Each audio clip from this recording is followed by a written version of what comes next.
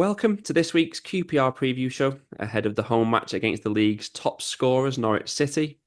QPR come into the match after our best week of the season, which ended in the 0-0 draw against Watford. And the main debate of the week, Dave, has been if it was a good point or whether we should really have won. How did you see it? Yeah, it was frustrating not to win. I thought first half we were really good against Watford, probably the best we played for quite a while, and really should have been ahead. We missed some really good chances, didn't we? Morrison's one sticks out, but Madsen as well, and even second half we had chances to win it. But overall, it was like you said, it was a really good week for us last week. I felt going into that week that we were pretty much dead and buried, and I was kind of just thought it was inevitable we were going to go down. I've come out the week thinking, actually, I think we might be all right. I've seen signs that, we can win games, we can compete. We look a bit like we did second half of last season. We was a lot better. Frustrating not to win the game against Watford because they had the chances to do it, but I think we were both kind of expecting us to get beat in that game, and it was, Watford are really good at home. That shouldn't be forgotten, and to go there and get a point, it's another point on the board and something to build on. Yeah, I thought everything was really positive aside from us not scoring, which that's the pattern Mm. of our season, isn't it? It's good to see us starting on the front foot, asserting ourselves on the game, and we forced them into a change of formation. So if you see the home team making two subs at half time against you, it means you've been playing well.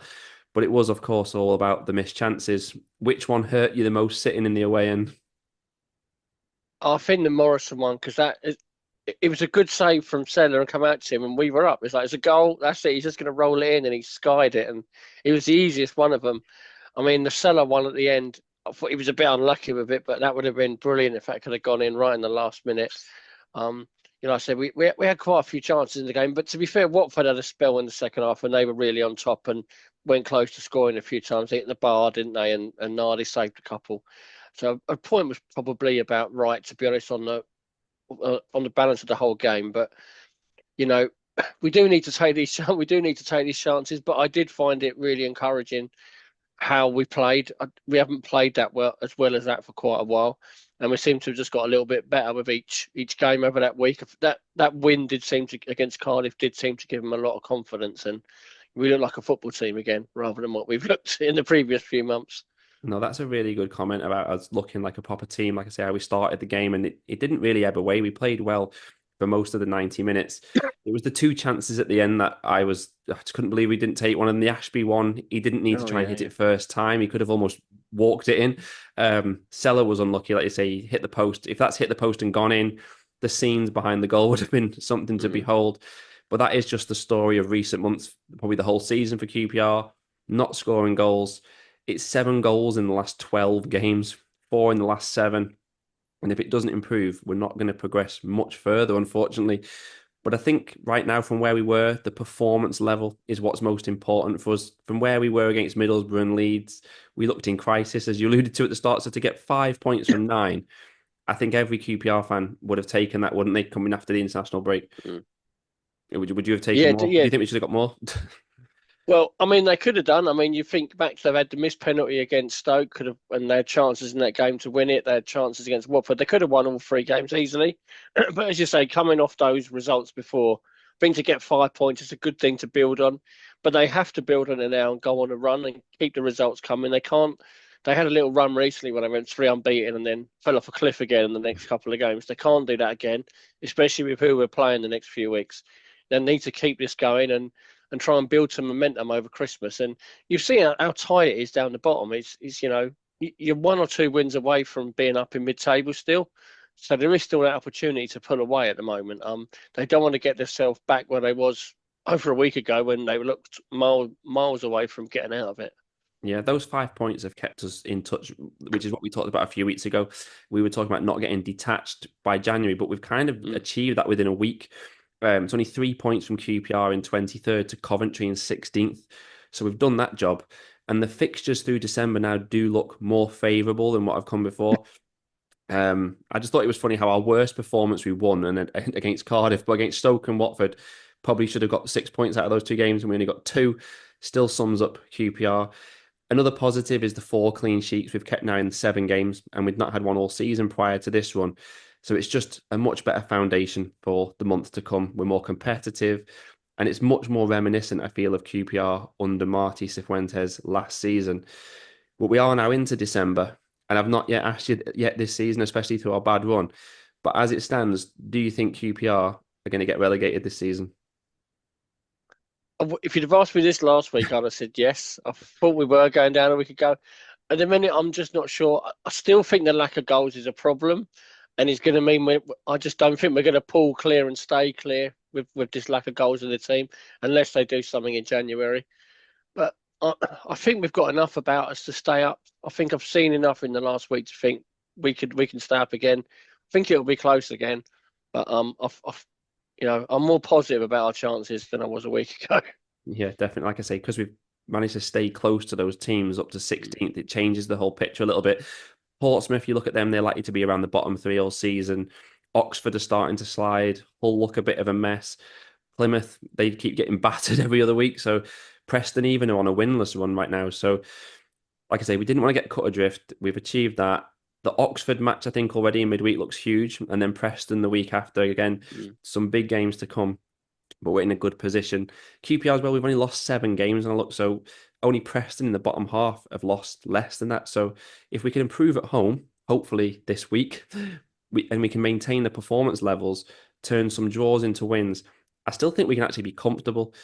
But it's always on a knife edge for QPR. It could Mm. easily go the other way again. But at least we've worked ourselves into a little bit of a better position. I personally don't think we'll go down. But obviously, all let us know your opinions in the comments of where you think we're going to end the season as it stands. Before we move on to Norwich, I just wanted to get your thoughts on the FA Cup draw. Second season in a row facing a Premier League side. This year away at Leicester. Your thoughts on that draw? Yeah, there seems to be a lot of negativity about it, but I thought it was quite a good draw. We got a Premier League team away from home. I know we were there last year, but it's probably the best away day of the year last year. It's not far to go to get to. And Leicester are beatable, to be honest. They probably won't play their first team in the FA Cup, and we'll have a chance, to be honest. I mean, I know QPR normally play their reserve team in the cup as well, but we're pretty much on the reserve team now, aren't we? We're playing at the minute. So, it's not a bad one. The one thing I didn't want another championship team. I'm fed up of playing the same teams in the championship. I don't want them in the cup as well. So at least it's something a little bit different. And I mean, hopefully it'd be a good one. Hopefully it's a Saturday game and we can take a big following up there. Yeah, I think if you draw a Premier League tie, you have to be generally happy. We always seem to pull the ones though, like your Crystal Palaces, your Leicesters, your Fulhams, and Bournemouths, those type of Mm. ones. We never quite get the top tier ones for it to be really exciting. But I think it's good to be playing a team that's just not in the same division. I do agree on that. Of course, we beat them there away last season. Like you said, they're probably going to have other priorities, having to focus on avoiding the drop. So we're going to have a chance. Whether we can end the bad third round run as we usually have, we'll come back to it in January. Let's have a look at this week's opponents, Norwich, who we actually play again in 3 weeks' time over Christmas in a really odd quirk of the fixture list. I don't know who thought that was a good idea. Norwich, though, very much a bogey side for QPR in recent seasons. Yes, another bogey side that we have. 9 games without a win against Norwich, with QPR losing 5 of those. And in the last 9 games against them, we've only scored 5 goals. And it's only 2 QPR wins in the last 20 games, going back over 15 years. But we have drawn the last 2 matches at Loftus Road against them. Norwich this season had a dodgy patch before the international break. They lost to Cardiff, Bristol City, Sheffield Wednesday. They went 7 games without a win overall. But typically, they come into this fixture against QPR after back-to-back wins, scoring 10 goals in the process. What have you made of Norwich so far this season? Yeah, they're a funny side, aren't they? They have what we don't have, and that's a lot of goals in them. They do seem to score quite a few, and they look very exciting going forward. But they are an odd team. You don't kind of know what you're going to get from them, and I felt that about them last year, even though they made the playoffs. They never looked like that they'd got everything clicked. They look like they could lose at any moment, or they could beat you comfortably. They're an odd side, and it's an opportunity for us at the weekend. They are in good form, with the last couple of results they've had, but it's a really big game for us, especially with Oxford coming up on the Wednesday. That we need to get that first win, just get that monkey off our back and get going. And they're a good side, Norwich, but I think they are beatable. Yeah, it's funny you keep saying they're an odd side because my notes here literally just say Norwich dot odd side because if you look at the Yeah. stats, it just doesn't make much sense. They're another club who's gone down the route of a very young manager from the continent. And as I said at the start, the league's top scorers, 35 goals. Compared that to QPR, have only got 15, more than double. Quite incredible, really. They even top the league for big chances missed. So they certainly like to attack. Beat Watford 4-1, Hull 4-0, Plymouth 6-1, Luton 4-2. So when it clicks, they destroy teams, but they're not infallible. As that poor run I mentioned showed, it seems to depend maybe what day we're going to catch them on because they've actually conceded more than QPR. Just suggests, doesn't it, the balance is not right with their side and we can get at them. Yeah, we have to start well. We have to start like we did against Watford last week. Get on the front foot, get on top of them. They're one of them sides that if you give them a goal head start, they could easily score 4 or 5. They would just keep going. They're not going to sit back on a one and hold on to a 1-0. You know, they've got it in them when they're confident and flying to give you a good hiding. So we need to get on the front foot early, get ourselves the first goal of the game. Then I think we got a really good chance. Um, but yeah, like I say again, they are an odd team. You just don't know what you're going to get with Norwich. I think they'll probably finish about halfway at the end of the season, and you know, they've potentially got the ability to do a little bit better than that, but I don't think they will. Yeah, I think it's a good point you make about them scoring first because they like a lot of possession as well. They rank third, Mm. average 58%, and the second for pass accuracy. So if they get ahead, they're just going to keep the ball, knock it around, and we're going to Yeah, be chasing shadows. So we need to make it so that they can't play how they want to play, and they have to maybe chase the game rather than us. It may actually do us some favors than wanting the ball though, because I feel like ever since Marty Cifuentes has took over, as much as he likes us to have the ball, we actually tend to do better when we have less possession, like we seem to do against Stoke and Watford. Though we just need to start well and, like you say, growing confidence in the game. Just want to add as well that Norwich have got 3 players with 5 assists. We don't even have a player with 5 goals. So to highlight the disparity in that area, they've got Borja signs. He's already has 16 league and cup goals. I wonder if QPR are even going to get someone half that all season. So it just shows you what we are competing against on Saturday afternoon. In terms of the QPR team for this one, we've obviously had a week off. We were mentioned a few weeks ago that Michael Frey, Ilias Chair, Jake Clocksettler could be back in early December, which is where we are now. But even if they're fit, would you expect them to just be on the bench or would you be wanting them back in the team? yeah, probably be on the bench if they are available. I don't think they will be. They're probably still a week or two away. Um, But the sooner they're back, the better. We do need them just to have options off the bench again.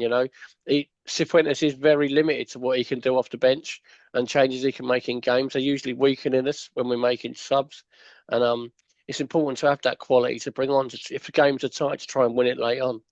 Yeah, definitely. I mean, it's a 3 game week we're coming back into, isn't it? So Yeah, it'd be good to have what you just said, a few more options, just at least, even if they maybe one or two of them could do 15, 20 minutes off the bench.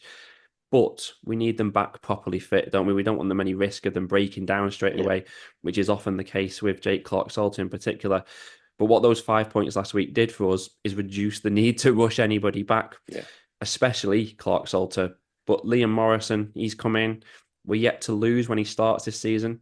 We could have a real player there, couldn't we?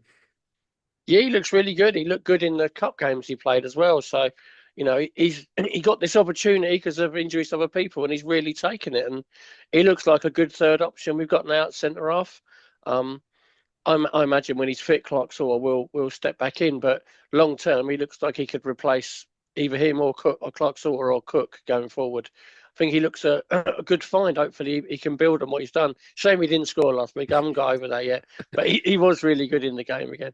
Yeah, I should probably try and find the image to put on the screen now. But the angle of his body when he hits that shot, he Yeah, it was. literally it's actually something to behold. It's quite funny. But yeah, it's a shame Morrison was out earlier in the season when Clark Salter was missing earlier Yeah. because yeah, that's cost us because he's obviously a good player. He actually reminds me of a young Steve Cook because he reads the game Mm. incredibly well. But his stats are good. He was on the books of Bayern Munich, obviously that must be for a reason. And long may he continue his form because against Norwich, as we said, they like to attack. He's going to need to play well on Saturday afternoon. In midfield, we know a change is coming because Sam Field is suspended for picking up his 5th booking. So we have to assume Kieran Morgan will start again. Yeah, you'd have thought it'd be Morgan in there and a Varane will start. It's a real shame that Field's not available for this one because I thought he was really good last week. And against a side that like to have the ball and are going to be looking to create around our box, his positional play can be really strong for us, and he did that against Watford last week, Field. So I think we're really going to miss him. But I mean, Colback's back in training. He's had another week of training. Hopefully, he can maybe be on the bench for this one. So we've got an option off the bench. But yeah, you would have thought it'd be Morgan in there with Varane and Madsen again. Yeah, I actually think it'll be the same 11 as last week, but just Varane starting in place of Mm, Sanfield. I can't envisage he's yeah. got anything else he can change. Like you mentioned, Jack Colback, he was meant to be back for the Watford match, but he had a little setback in training, we're led to believe. So potentially another few weeks for him as well. And we need to hope Jonathan Varane can get through this game without a yellow card, and then he's clear of a suspension until it gets to 10 bookings. And we can't not mention the home record before we finish, probably tying with our predictions. QPR coming to this obviously on a run of 9 home league games so far this season without a win. Include the 2 cup matches. It's 11 home games this season without a win in normal time. This Norwich match at Loftus Road, followed by Oxford visiting us on Wednesday. Surely we have to win one of these to put this to bed. So, what are your predictions for this week? Well, that they have to win. I think they need to get something against Oxford. That's a massive game. So is the Preston one in a few weeks. I mean, the run at home is abysmal, and especially when you consider who we've played. We haven't played that many good sides at home, but I do think they can do it this weekend. I think they can build on last week, and it's a game we can win, and I think we will win on Saturday, and maybe move out the bottom three with a win. So yeah, I think it'll be tight, but I'll maybe go 2-1 to us. I think we can do it this week. Yeah, you're right about the teams who've played at home. All the teams who came down from the Premier League, we've played away. So in the second half of the Yeah. season, they'll be coming to Loftus Road. I think there's no doubt it's becoming a bit of a mental block. We just need to win a game somehow at home. I think Norwich is actually going to be a draw 1-1. As I said earlier, they're not a team we historically do well against. But if we can draw this, we then have to beat Oxford. If we take the tip fixtures as a pair, I think 4 points is good. 6 would change our season completely. I'm going for a draw on Saturday, though. And then, as you say, it's a huge match against Oxford. And Brian and George will be back to preview that one on Monday before Dave and I will be back later next week to reflect on those 2 games and to preview a trip to Bristol City. Let us know your thoughts on the Watford performance, your predictions for Norwich, and more in the comments. Thank you for watching, and until next time, come on, you R's.